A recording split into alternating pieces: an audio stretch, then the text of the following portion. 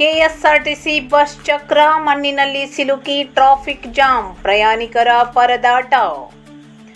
ಉತ್ತರ ಕನ್ನಡ ಜಿಲ್ಲೆಯ ದಾಂಡೇಲಿ ತಾಲೂಕಿನ ಸೋಮಾನಿ ವೃತ್ತದಿಂದ ಸರ್ಕಾರಿ ಆಸ್ಪತ್ರೆಗೆ ತೆರಳುವ ರಸ್ತೆಯಲ್ಲಿ ಬುಧವಾರ ಸಂಜೆ ಕೆಎಸ್ಆರ್ಟಿಸಿ ಬಸ್ ಒಂದು ರಸ್ತೆ ಬದಿಯ ಮಣ್ಣಿನಲ್ಲಿ ಸಿಲುಕಿಕೊಂಡ ಪರಿಣಾಮ ಕೆಲ ಕಾಲ ಸಂಚಾರ ಅಸ್ತವ್ಯಸ್ತಗೊಂಡು ವಾಹನ ಸವಾರರು ಹಾಗೂ ಪ್ರಯಾಣಿಕರು ಪರದಾಡುವಂತಾಯಿತು.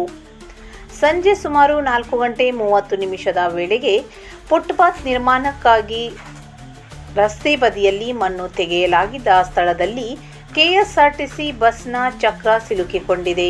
ಇದರಿಂದ ಬಸ್ ಮುಂದಕ್ಕೆ ಸಾಗಲು ಸಾಧ್ಯವಾಗದೆ ರಸ್ತೆಯಲ್ಲಿ ನಿಂತಿತು. ಇದೇ ವೇಳೆ ಎದುರಿನಿಂದ ಮತ್ತೊಂದು ಕೆಎಸ್ಆರ್ಟಿಸಿ ಬಸ್ ಆಗಮಿಸಿದ್ದರಿಂದ ಎರಡೂ ಬಸ್ಸುಗಳಿಗೆ ಪರಸ್ಪರ ದಾರಿ ಬಿಡಲು ಸಾಧ್ಯವಾಗದೆ ಕೆಲಕಾಲ ಟ್ರಾಫಿಕ್ ಜಾಮ್ ಉಂಟಾಯಿತು.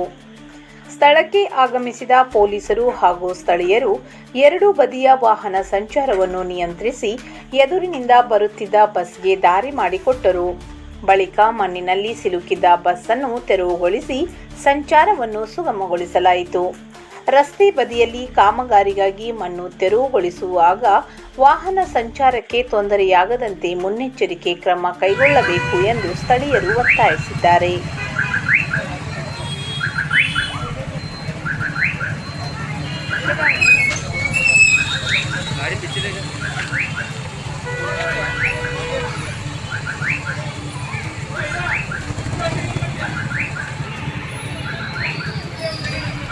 ಈ ಸಂದರ್ಭದಲ್ಲಿ ಉಪಾಧ್ಯಕ್ಷೆ ಪ್ರಮೀಳಾ ಮಾನೆ, ಕಾರ್ಯದರ್ಶಿ ಸುಚಿತಾ ದೇವದಾಸ್, ರೂಪಾ ಹೆರ್ಸು, ರೇಣುಕಾ ಭಜಂತ್ರಿ, ದೀಪಾ ಹಚ್ಚಡ್ಕರ್, ಪರ್ವೀನ್ ಬಾನು, ನೀಲಾ ಮಾದರ್, ಗೀತಾ ಗೌರ್ ಸೇರಿದಂತೆ ಹಲವರು ಉಪಸ್ಥಿತರಿದ್ದರು.